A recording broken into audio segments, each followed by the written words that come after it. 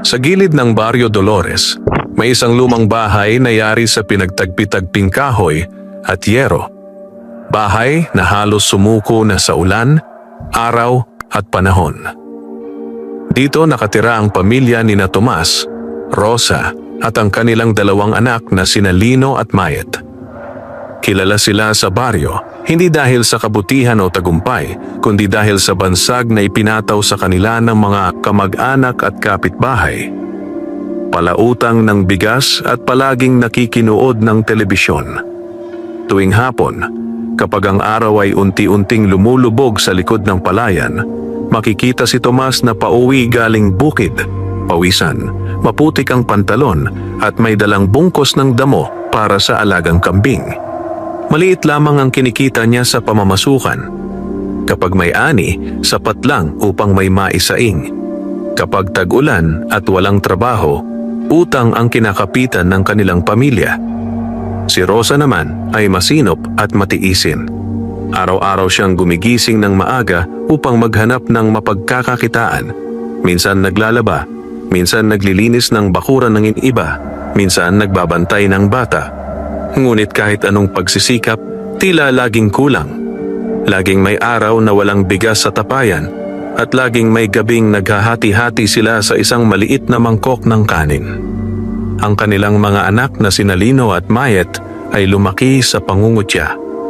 Bata pa lamang si Lino ay naririnig na niya ang bulungan ng mga kamag-anak. Huwag mo silang pauutangin, hindi naman nagbabayad.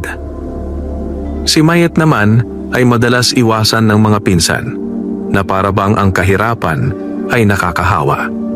Kapag sumasapit ang gabi at ang baryo ay tahimik na maliban sa huni ng kuliglig, doon lamang sila nakakaramdam ng kaunting aliw, ang panonood ng telebisyon sa bahay ng kamag-anak. Hindi nila pag-aari ang telebisyong iyon, ngunit doon sila palaging nakikiupo sa gilid ng pintuan, tahimik, halos hindi humihinga, basta makinuod lamang. Ngunit isang gabi, habang palabas ang paboritong palabas ni Lino, biglang isinara ang pinto sa kanilang harapan. Walang pasabi, walang paliwanag. Tumama ang pinto na may kasamang malamig na tunog ng kahoy sa kahoy. "Umuwi na kayo," malamig na sabi ng kamag-anak mula sa loob.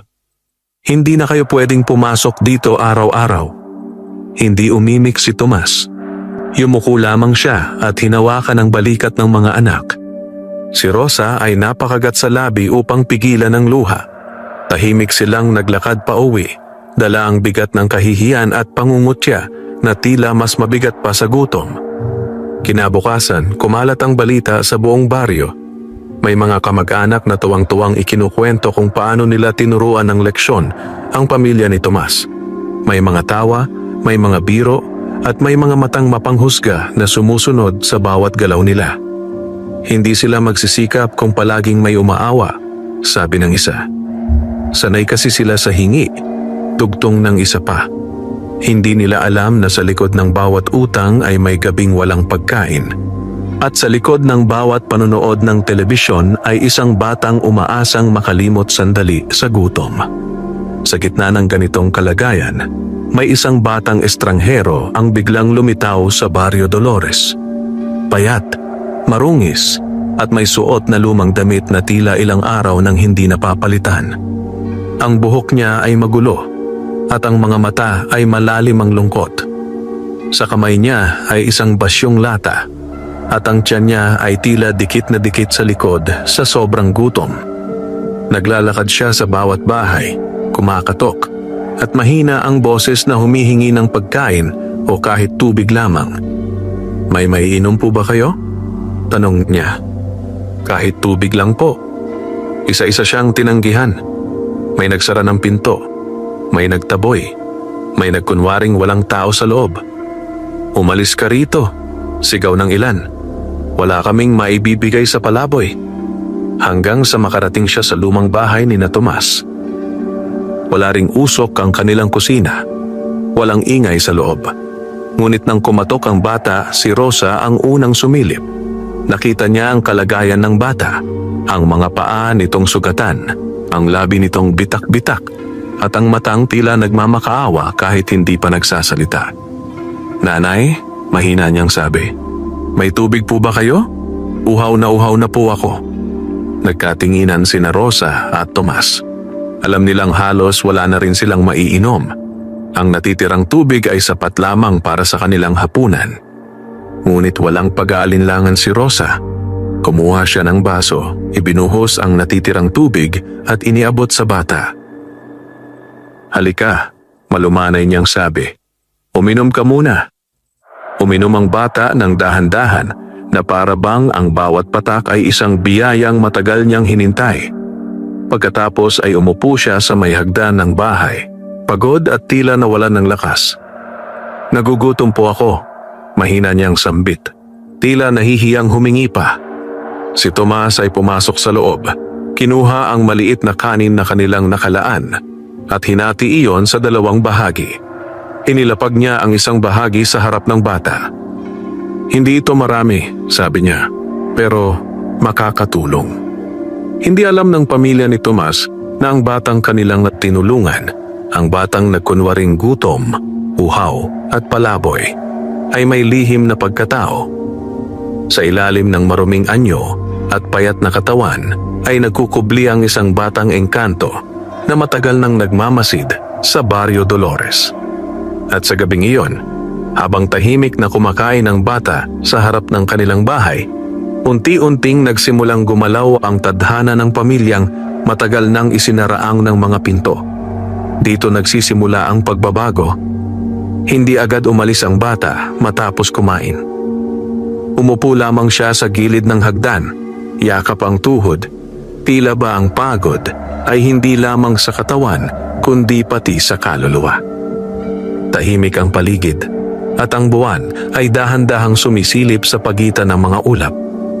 Sa loob ng bahay ni na Tomas, ramdam ang kakaibang katahimikan, hindi mabigat kundi tila may inaasahang mangyayari.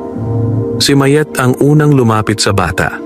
Bitbit niya ang isang lumang basahan na ginamit niyang kumot noong nakaraang taglamig. Dahan-dahan niya itong iniabot. "Gabi na," mahina niyang sabi. "Malamig dito sa labas." Nagulat ang bata. Sandaling nag-angat ang kanyang mga mata at tumitig kay Mayet. May kakaibang kislap ang kanyang tingin. Matalim ngunit banayad, parang may alam na hindi sinasabi. Tinanggap niya ang basahan at bahagyang ngumiti. "Salamat," tugon niya, halos pabulong. Si Lino naman ay nakatayo lamang sa may pintuan, pinagmamasdan ng bata. May pakiramdam siyang hindi niya maipaliwanag. Parang may mali, ngunit hindi masama. Para bang ang batang ito ay hindi karaniwang palaboy na nakikita sa lansangan. "Saan ka galing?" tanong ni Lino. Saglit na tumahimik ang bata bago sumagot. "Wala po," sabi niya. "Naglalakad lang. Matagal na." Hindi na nagtanong pa si Lino. May mga tanong na mas mabuting hindi pilitin. Lumabas si Tomas at naupo sa tabi ng bata. "Kung gusto mo," wika niya, "pwede kang matulog dito sa may silong. Hindi man maayos, pero hindi ka mababasa kung umulan." Muling tumingin ang bata kay Tomas. Sa pagkakataong iyon, tila mas luminaw ang kanyang mga mata. "Hindi po ba kayo magagalit?" tanong niya. "Sabi po kasi nila, istorbo raw ang mga katulad ko." Napabuntong hininga si Tomas. "Marami ang nagsasabi ng ganyan," sagot niya. "Pero hindi lahat ng sinasabi ng tao ay tama." Pinayagan nilang manatili ang bata sa silong ng bahay. Si Rosa ay naglatag pa ng banig na matagal nang hindi ginagamit. Habang inaayos niya iyon, may kung anong kirot sa kanyang dibdib. Parang ang batang ito ay salamin ng sarili nilang kalagayan. Itinaboy, hinusgahan at hindi pinapansin. Kinagabihan, habang natutulog na ang lahat, muling bumukas ang mga mata ng bata. Hindi siya natutulog. Tahimik niyang pinagmamasdan ng pamilya sa loob ng bahay. Ang payak na higaan, ang mga bitak sa dingding, ang tapayang halos walang laman. Sa kanyang muka ay walang lungkot, kundi pagninilay. Sa malayo, sa gitna ng punong mangga sa likod ng bahay, may bahagyang liwanag na kumislap. Isang liwanag na saglit lamang, ngunit sapat upang magpahiwatig na ang gabi ay hindi pangkaraniwan. Pagsapit ng umaga, nagising si Rosa sa kakaibang pakiramdam. May amoy ng bagong saing na kanin sa hangin. Napabalikwas siya at agad na tumungo sa kusina. Laking gulat niya nang makita ang tapayan na kagabi ay halos walang laman, ay may sapat na bigas para sa ilang araw. Diyos ko, bulong niya. Tinawag niya si Tomas. Nagkatinginan sila, parehong walang maisip na paliwanag. Wala silang perang pambili. Wala ring dumalaw na kamag-anak. Lumabas sila upang hanapin ang bata.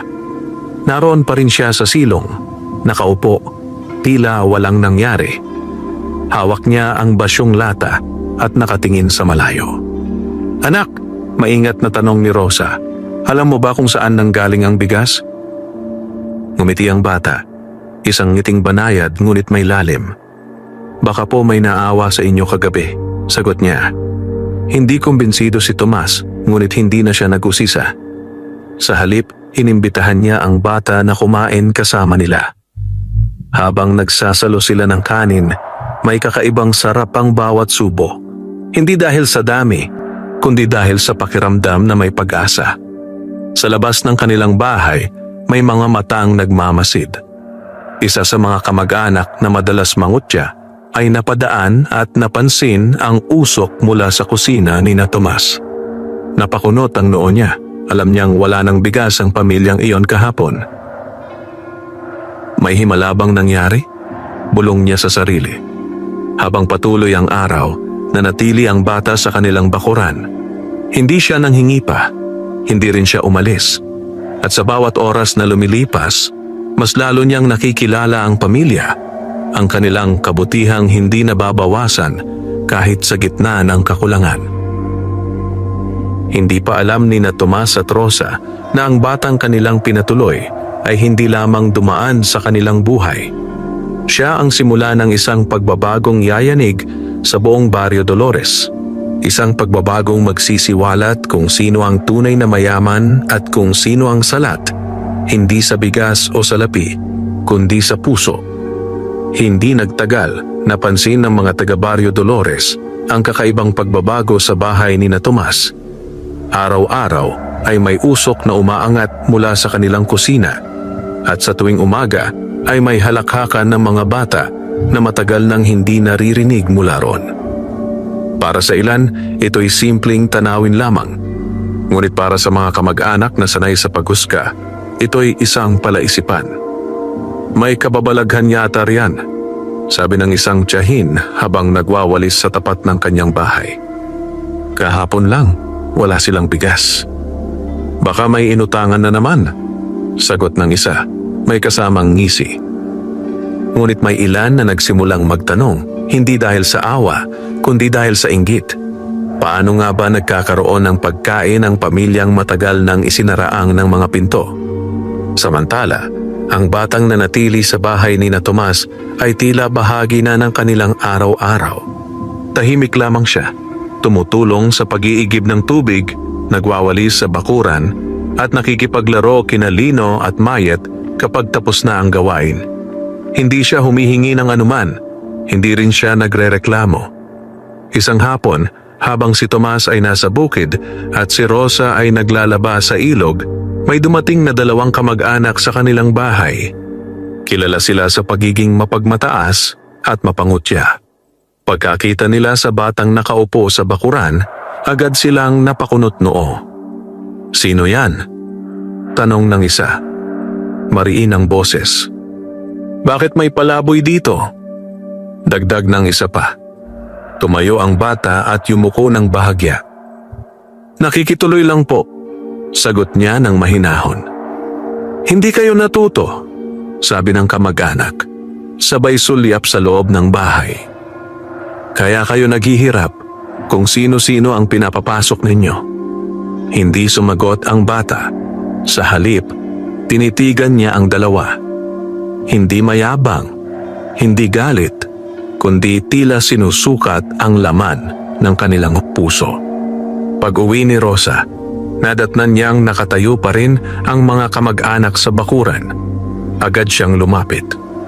Anong ginagawa ninyo rito? Tanong niya, nanginginig ang boses. Pinapaalalahanan lang kayo, sagot ng isa. Hindi lahat ng tao ay dapat pagkatiwalaan. Tahimik na nakinig si Rosa. Matagal na siyang sanay sa ganitong pananalita. Ngunit bago pa siya makapagsalita, marang nagsalita ang bata. Hindi po ako masamang tao, wika niya. Humihingi lang po ako ng kaunting pahinga. Napatawa ang mga kamag-anak. Pahinga? Sabi ng isa. Lahat ng palaboy, ganyan ang dahilan. Umalis sila na may kasamang halakhak at pangungutya. Iniwan ang bakuran na puno ng mabigat na katahimikan. Napaupo si Rosa sa bangko at napabuntong hininga. Pasensya ka na, sabi niya sa bata. Ganito talaga sila. Ngumiti ang bata. Sanay na po ako. Ngunit sa gabing iyon, habang ang baryo ay natutulog, may mga bulungan na kumalat. May nagsabing may engkanto raw sa bakuran ni na Tomas. May nagsabing may sumpa. May nagsabing may lihim na yaman. Sa ilalim ng punong mangga, muling kumislap ang kakaibang liwanag. Ang bata ay nakatayo roon, nakatingala sa langit. Sa kanyang mga mata ay may lalim ng kaalaman na hindi akma sa kanyang anyo. Hindi pa sila handa. Bulong niya sa hangin. Kinabukasan, may isang maliit na pangyayari ang nagpagulo sa baryo. Ang bigasan ng isang mayamang kamag-anak ay biglang natuklasang walang laman. Walang bakas ng pagnanakaw. Walang sirang kandado. Samantala, sa bahay ni na Tomas, nanatiling sapat ang kanilang bigas. Hindi sobra, hindi kulang. At doon nagsimulang matakot ang mga taong dati puro pangungutya lamang ang alam. Ang mga bulungan ay unti-unting naging pangamba at ang pangamba ay naging tanong na walang makasagot. Hindi pa rin nila alam na ang batang kanilang tinataboy sa salita ay siya ring tahimik na nagmamasid at sa tamang oras, siya ring magtuturo sa kanila ng aral na hindi nila malilimutan. Maagang nagising ang Barrio Dolores sa tunog ng kampana ng kapilya. May pulong daw ang mga kamag-anak at ilang nakatatanda sa baryo. May mga nawawalang ani, may biglang pagkasira ng mga imbakan at may mga balitang hindi maipaliwanag. Sa gitna ng lahat ng iyon, iisang pangalan ang palihim na binabanggit, ang pamilya ni na Tomas. Hindi nagpunta si Tomas sa pulong. Mas pinili niyang magtrabaho sa bukid, dala ang pangambang baka muli silang ituro ng daliri. Si Rosa naman ay nanatili sa bahay, abala sa pag-aayos ng mga damit ng mga anak. Ang bata ay tahimik na nakaupo sa may lilim ng puno, pinagmamasdan ang paggalaw ng hangin sa mga dahon. Bandang tanghali, dumating ang tatlong kamag-anak na may kasamang ilang taga-baryo. Hindi sila kumatok. Diretsong pumasok sa bakuran na para bang may karapatan silang gawin iyon. Nasaan ang lalaki? Tanong ng isa. Nasa bukid, sagot ni Rosa. Pilit na pinananatiling kalmado ang boses. Nagpalitan ng tingin ang mga dumating. May itatanong kami, sabi ng isa pa, tungkol sa bigas ninyo. Tahimik ang bata. Tumayo siya at lumapit sa gilid, tila ayaw makisangkot. Ngunit ramdam niya ang bigat ng sitwasyon, ang init ng galit na walang malinaw na dahilan. Hindi namin alam ang sinasabi ninyo, sagot ni Rosa. Kung may pagkain kami, dahil iyon sa pagtitipid at sa awa ng Diyos. Talaga? May halong panunuya ang boses. Bakit sabay-sabay na nawala ang bigas ng ilan sa amin? May mga bulong sa likuran. May mga matang mapanuri. May mga bibig na handang humusga. Lumapit ang isa sa mga kamag-anak sa tapayan. Binuksan niya ito at sumilip. Hindi man lang puno, sabi niya, pero sapat. Isang sandaling katahimikan ang bumalot sa bakuran. Sa sandaling iyon, marahang nagsalita ang bata. Kung may nawala po sa inyo, wika niya, baka po dapat ninyong hanapin kung saan ninyo ito inilagay. Napalingon ang lahat sa kanya. May mga mata na nagulat, may mga mata na nainsulto. At sino ka para magsalita? Sigaw ng isa. Hindi sumagot ang bata. Sa halip, ibinaba niya ang tingin, at muling umupo. Ang kanyang katahimikan ay tila mas mabigat pa sa anumang paliwanag. Dumating si Tomas sa gitna ng kaguluhan, pawisan, pagod at nagtataka sa mga mukhang nakapaligid sa kanyang bahay. Nang maunawaan niya ang nangyayari, hindi siya sumigaw. Hindi rin siya nagtanggol ng marahas. Kung iniisip ninyo na kami ang may kasalanan, sabi niya, handa akong makinig. Pero huwag ninyo sanang idamay ang mga bata. May sandaling nag-atubili ang mga dumating. Hindi nila inaasahan ang ganitong katahimikan at dignidad. Ngunit nanaig ang pagmamataas. Babantayan namin kayo. Banta ng isa bago sila umalis. Isang maling galaw lang. Pagkaalis nila, napaupo si Rosa. Nanginginig ang kanyang mga kamay. Lumapit ang bata at iniabot ang baso ng tubig. Hindi po kayo nag-iisa, mahina niyang sabi. Sa gabing iyon, dumating ang ulan. Malakas, biglaan, at tila may dalang mensahe. Habang ang ibang bahay sa baryo ay binaha ang bakuran, nanatiling tuyo ang paligid ng bahay ni na Tomas. Ang tubig ay dumaan sa magkabilang gilid, parang may hindi nakikitang kamay na gumagabay sa agos. Sa ilalim ng ulan, nakatayo ang bata sa may punong mangga. Pumikit siya at ang hangin ay tila sumunod sa kanyang paghinga. Isang pagsubok pa, bulong niya sa dilim. At malalaman kung sino ang may puso. Sa loob ng bahay, mahimbing na natutulog sina Lino at Mayet. Walang kamalay-malay na ang kanilang pamilya ay nasa gitna ng isang landas na hindi na maaaring balikan. At ang batang pinatuloy nila ay unti-unting inilalantad ang kapangyarihang hindi pa handang harapin ng Barrio Dolores. Matapos ang gabing binaha ang maraming bahagi ng Barrio Dolores, nagising ang mga tao sa ingay ng reklamo at pagkabahala. May mga bakuran na nalubog sa putik, may mga tanim na nasira, at may mga balong biglang natabunan ng lupa. Ang pinakamalaking suliranin ay ang kakulangan ng malinis na tubig. Ang iilang balon na dati sapat sa buong baryo ay halos hindi na mapagkunan. Maagang nagpunta si Rosa sa dating balon na malapit sa kanilang bahay, dala ang 2 timba. Ngunit pagdating niya roon, halos wala ng tubig. Umupo siya sa gilid at napabuntong hininga. Sa di kalayuan, nandoon ang bata. Tahimik siyang lumapit, parang alam na niya ang problema bago pa man sabihin. Wala na po bang tubig? Tanong niya. Umiling si Rosa. Kahit para sa mga bata, hirap na. Tumingin ang bata sa lupa sa tabi ng balon. Matagal siyang nakatitig, tila may kinakausap na hindi nakikita. Pagkatapos ay lumapit siya at marahang itinapak ang paa sa putik. Dito po, sabi niya. Subukan ninyo rito. Nagulat si Rosa. Diyan? Tanong niya. Wala namang balon diyan. Ngunit sa kawalan ng pagpipilian, kumuha siya ng pala at sinimulang hukayin ang lugar na itinuro ng bata. Ilang saglit pa, may tumagas na malamig at malinaw na tubig mula sa lupa. Napatras si Rosa sa gulat. Diyos ko, bulong niya. Hindi nagtagal, nabuo ang isang maliit ngunit malinaw na balon, sapat para sa kanilang pamilya. Tahimik lamang ang bata, pinagmamasdan ng pag-agos ng tubig na parang isang matandang nakakaalam ng lihim ng lupa. Kumalat agad ang balita. May mga kapitbahay na lumapit, humihingi ng tubig. Hindi sila tinanggihan ni Rosa. Isa-isa niyang pinuno ang mga timba ng mga taong dati hindi man lang tumitingin sa kanila. Ngunit hindi lahat ay natuwa. May ilang kamag-anak ang nag-umpisang maghinala. Hindi normal yan, sabi nila. Parang may salamang ka. Kinagabihan, may 3 lalaking palihim na lumapit sa bakuran ni na Tomas.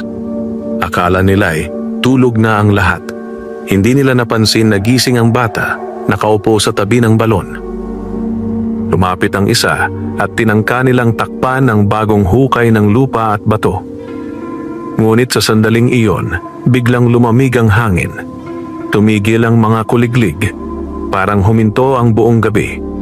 Nagkatinginan ng tatlong lalaki. May kaba sa kanilang mga mata. Marahang tumayo ang bata. Hindi siya sumigaw, hindi siya nagbanta. Ngunit sa kanyang tingin ay may bigat na hindi nila kayang suwayin. "Hindi po ba kayo nauuhaw?" tanong niya. Walang nakasagot. Isa-isa silang umatras, iniwan ang mga dalang bato at nagmamadaling umalis na para bang may humahabol sa kanila. Kinabukasan, nanatiling malinaw ang balon.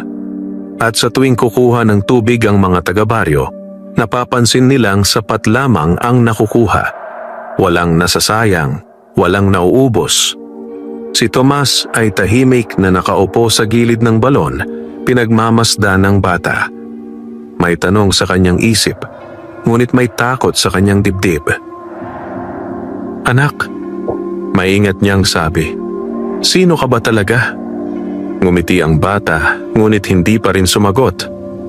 Sa halip, tumingin siya sa langit na tila may hinihintay na tamang oras.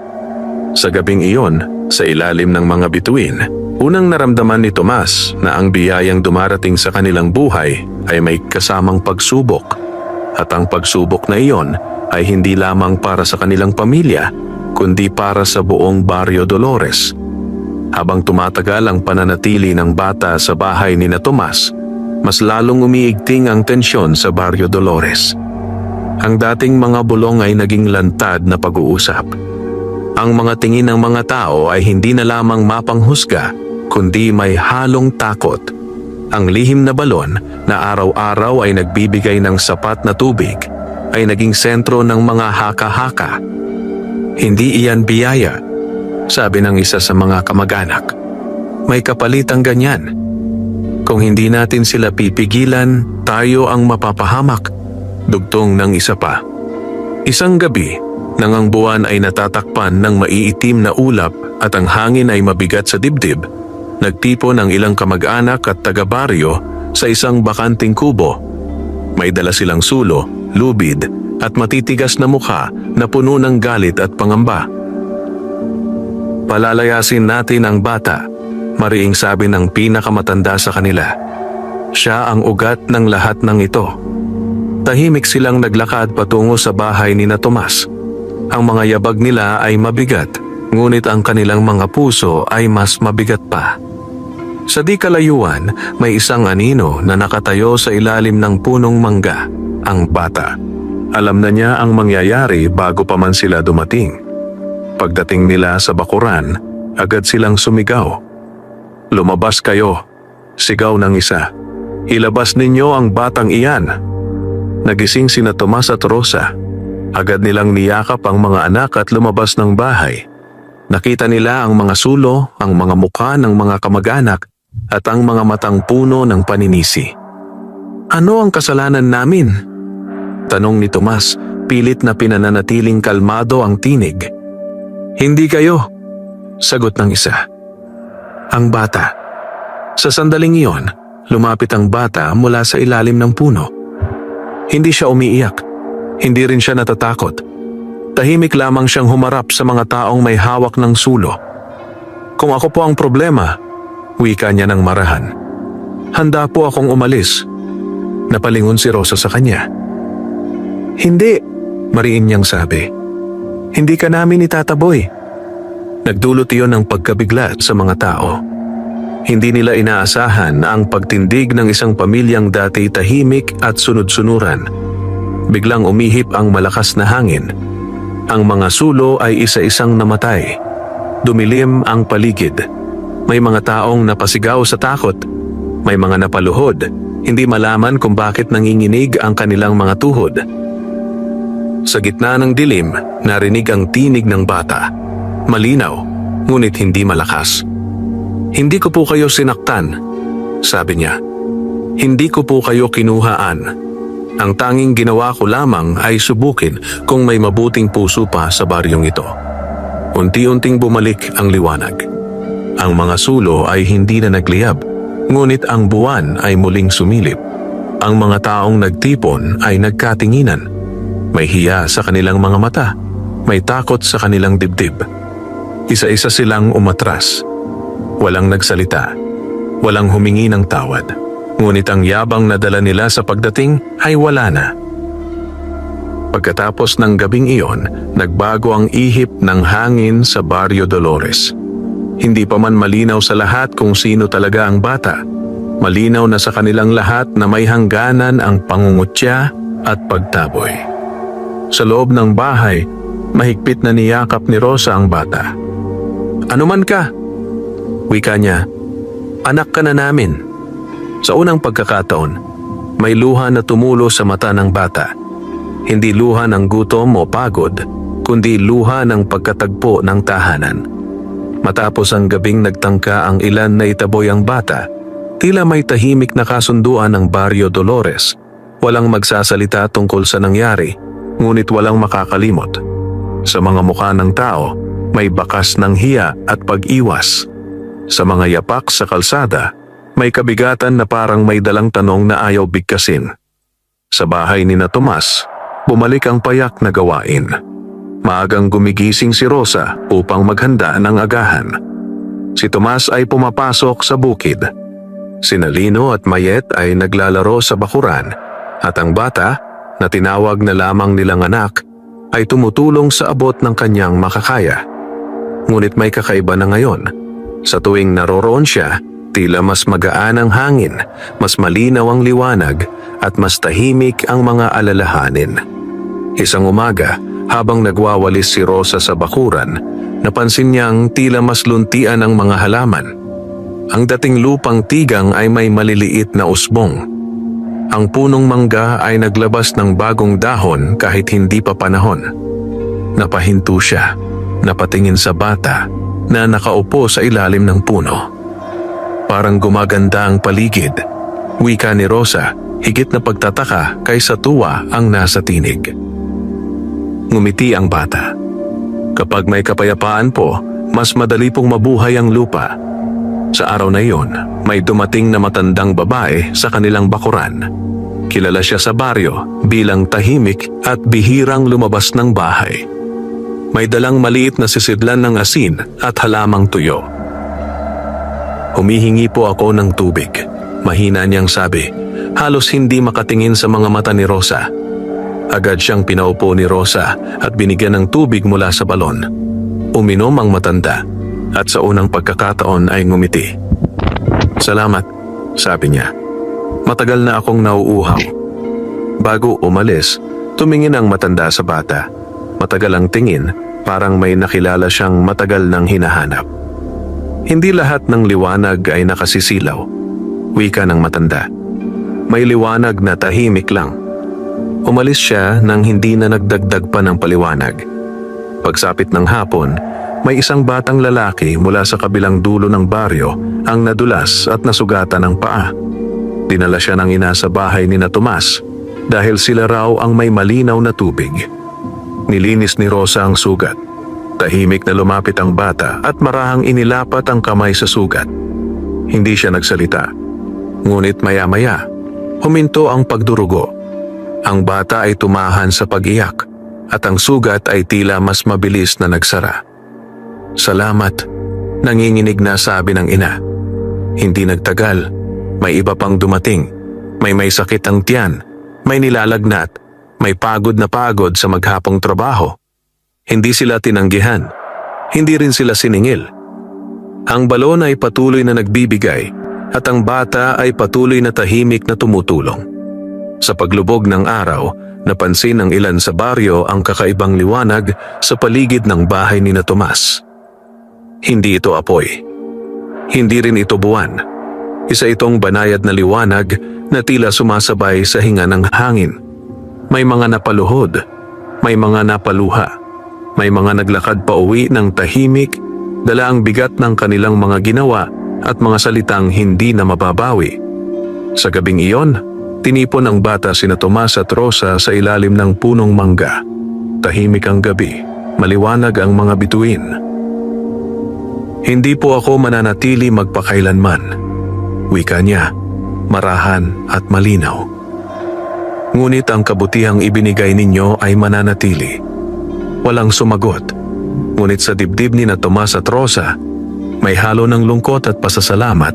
dahil alam nilang ang liwanag na minsang pumasok sa kanilang buhay ay may layuning mas malaki kaysa sa kanila. At sa Barrio Dolores, unti-unting nagsimulang magbukas ang mga pintong matagal nang isinara. Hindi dahil sa takot, kundi dahil sa pag-unawa na ang tunay na yaman ay hindi ipinagdadamot at ang liwanag ay hindi itinataboy.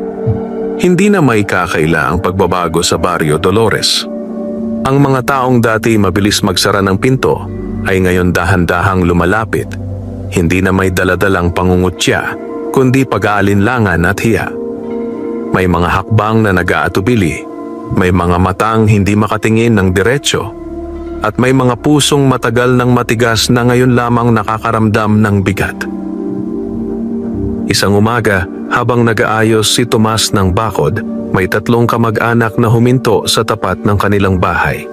Hindi sila pumasok agad.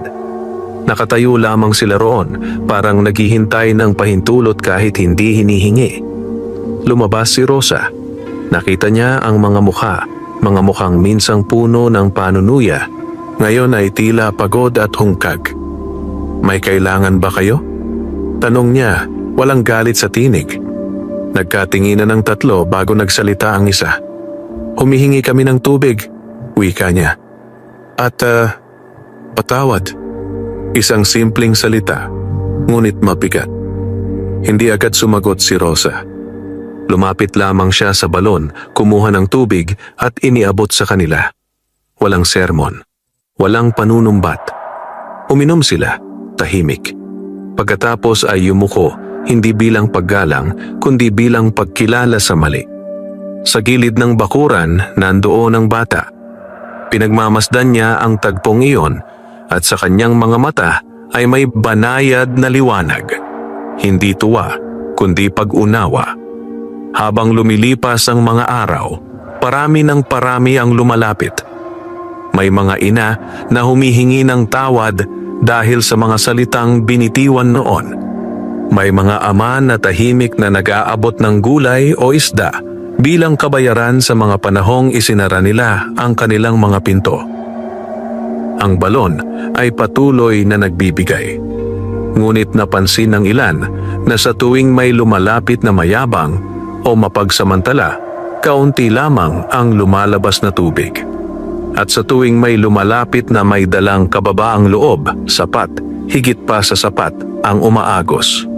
Isang hapon, nagtipon ang ilang matatanda sa baryo sa ilalim ng punong mangga. Nandoon si Tomas, si Rosa at ang bata. Tahimik ang lahat, parang may hinihintay na magsalita. "Kami nagkamali," wika ng pinakamatanda. "Hinayaan naming mangibabaw ang yabang at takot. Nakalimutan namin ang diwa ng pagtutulungan." Hindi umimik ang bata, ngunit ang hangin ay bahagyang umihip at ang mga dahon ay sabay-sabay na kumaluskos, parang sumasang-ayon. Sa gabing iyon, habang natutulog ang baryo, naglakad ang bata sa bawat kalsada. Tahimik, halos hindi naririnig ang mga yapak. Sa bawat bahay na minsang nagsara ng pinto, may iniwang munting tanda. Isang patak ng malinaw na tubig sa hagdan, isang dahon sa bintana, isang panaginip ng paalala. Pagsapit ng umaga, marami ang nagising na may kakaibang pakiramdam. Parang may gumaan sa dibdib, parang may nawala, ngunit hindi nakalulungkot.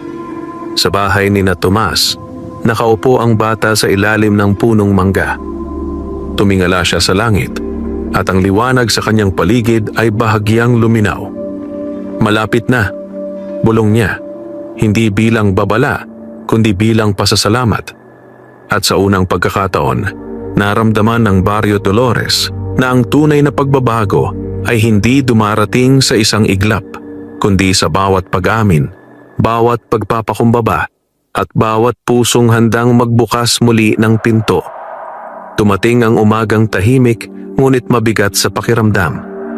Walang ulap sa langit, ngunit may lungkot na nakabitin sa hangin. Sa bahay ni na Tomas, maagang nagising si Rosa. Napansin niyang walang yabag ng bata sa bakuran. Wala ang karaniwang tunog ng walis. Wala ang mahinang huni na parang awit habang nag-iigib ng tubig. Lumabas siya at tumingin sa ilalim ng punong mangga.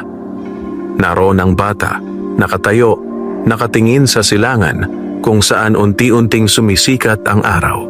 May kakaibang liwanag sa kanyang anyo. Hindi na niya kayang itago. Lumapit si Tomas. Hindi na niya kailangang magtanong. Ramdam na niya. Panahon na po, wika ng bata, banayad ang tinig. Naramdaman ni Rosa ang bigat sa dibdib. Umupo siya sa bangko at napahawak sa damit ng bata, parang ayaw siyang pakawalan ng kanyang mga kamay. Hindi ka na ba babalik? Tanong niya. Ngumiti ang bata, isang ngiting puno ng pasasalamat at paalam. Ang mga engkanto po ay dumaraan lamang, sagot niya. Kapag natuto na ang mga tao, kailangan na naming magpatuloy. Lumabas sina Lino at Mayet. Nang makita nila ang liwanag sa paligid ng bata, napahinto sila. Hindi sila natakot. Sa halip, may pag-unawang mas malalim pa sa kanilang edad. Salamat po, wika ni Lino. Mahina ngunit malinaw. Lumuhod ang bata sa harap ng mga bata. Kayo ang magpapatuloy, sabi niya. Alagaan ninyo ang kabutihan na natutunan ninyo. Sa sandaling iyon, dumating ang ilang taga-baryo, mga kamag-anak, mga kapitbahay, mga taong minsang nagsara ng pinto. Walang sigawan, walang usisa.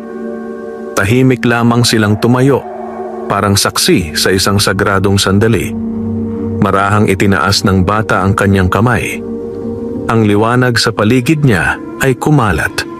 Hindi nakasisilaw, kundi nakapapawi.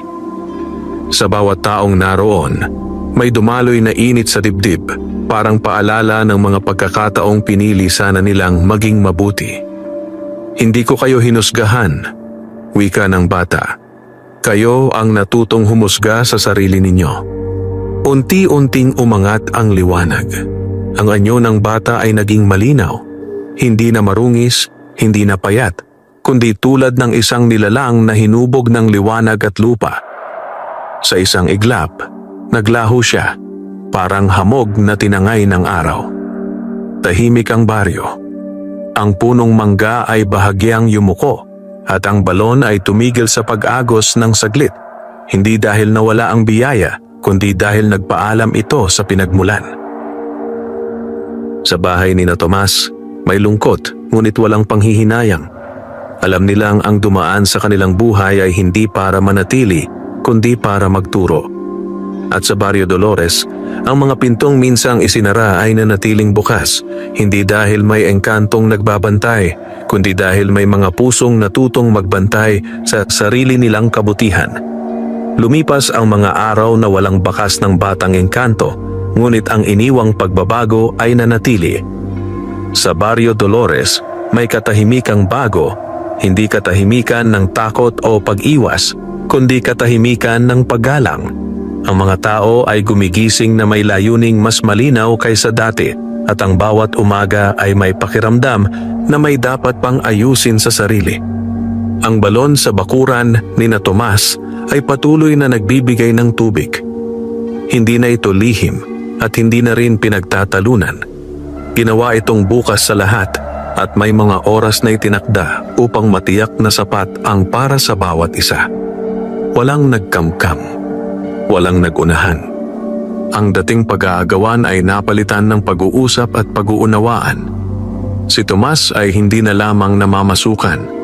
Tinulungan siya ng ilang taga-baryo na ayusin ang kanyang lupang matagal nang napabayaan. May nag-abot ng binhi, may nagbigay ng payo, at may tahimik na nag-alay ng oras. Si Rosa naman ay tinulungan sa paglalaba at pag-aalaga ng mga bata ng kapitbahay. Hindi bilang bayad, kundi bilang pakikipagkapwa. Sina Lino at Mayet ay pumasok sa paaralan ng may bagong lakas ng loob. Hindi na sila iniiwasan. Sa halip, may mga batang lumalapit upang makipaglaro at makinig sa kanilang mga kwento. Natuto silang magsalita ng may tapang, ngunit may kababaang loob. Mga aral na hindi itinuturo sa silid-aralan. May mga gabing nagtitipon ng mga tao sa gitna ng baryo. Hindi na upang manood ng telebisyon sa bahay ng iisa, kundi upang magbahagi ng kwento, awit at pagkain. Ang mga pintong dati mahigpit na isinara ay ngayon bukas hanggang hating gabi. At ang liwanag mula sa loob ay hindi na panlabas na aliw, kundi tanda ng pagtanggap. May ilan pa ring nagdududa. May mga pusong mabagal magbago. Ngunit sa tuwing may nangangailangan, isang nagugutom, isang nauuhaw, isang napapagod, may kusang lumalapit. Walang tanong, walang kapalit. Isang hapon, habang ang araw ay dahan-dahang lumulubog, napadaan si Tomas sa ilalim ng punong mangga. Umupo siya roon sandali, tahimik na pinagmamasdan ang mga dahon na kumikislap sa liwanag. May naramdaman siyang banayad na ihip ng hangin, parang isang pamilyar na presensya. Hindi niya nakita ang bata, ngunit alam niyang naroon ang alaala, sa balon, sa lupa, sa mga pusong natutong magbukas.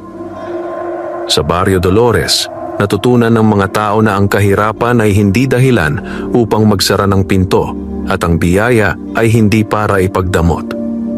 Natutunan nila na ang tunay na engkanto ay minsan dumarating bilang gutom at uhaw, bilang palaboy at tahimik, at umaalis kapag natutunan na ng tao ang aral. At sa bawat pinto na binubuksan, sa bawat basong tubig na iniaabot, at sa bawat salitang hindi na binibitawan upang manakit, patuloy na nabubuhay ang liwanag na minsang dumaan. Liwanag na hindi na kailangan ng anyo, sapagkat ito'y naging bahagi na ng kanilang pagkatao. Wakas,